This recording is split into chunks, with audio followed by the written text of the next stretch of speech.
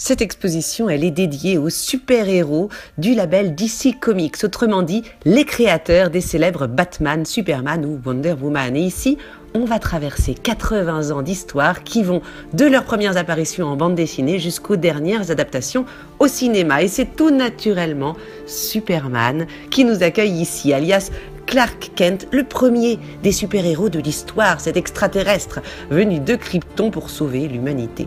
C'était en 1933, juste après la grande crise des États-Unis, parce que ces super-héros sont apparus d'une certaine façon pour sauver notre imaginaire et nous apporter des valeurs d'espoir. Alors, quelle émotion face à ces planches originales rarissimes, les dessins préparatoires qui ont donné naissance à ce héros absolument mythique et les costumes incroyables qui défilent sous nos yeux, à commencer par celui de Christopher Reeve jusqu'à ceux des derniers films. Parmi les pépites discrètes parfois de cet espace, eh bien, on verra par exemple un morceau de kryptonite, si je vous assure, c'est un vrai de vrai, et aussi des mini-costumes de Lois et Superman qui ont servi pour les effets spéciaux.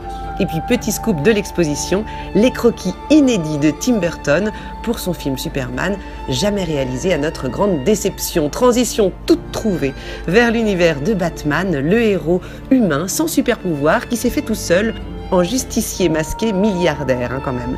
Batman qui se retrouve ici dans 3 salles spectaculaires et sombres qui nous plongent dans les rues de Gotham City.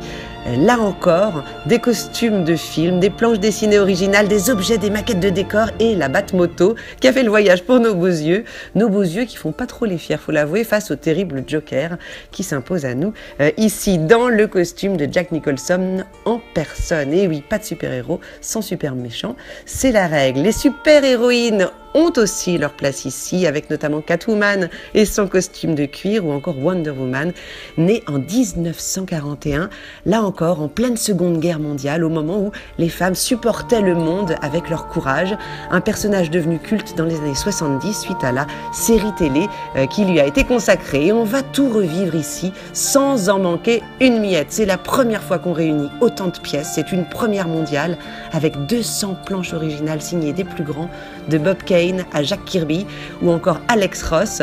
Et ce qui est fascinant, c'est de comparer les dessins des BD avec ceux des réalisateurs de cinéma. En bref, une super expo comme on les aime, avec juste un petit bémol quand même pour le prix, 16,50 € pour les adultes et 11 € pour les enfants.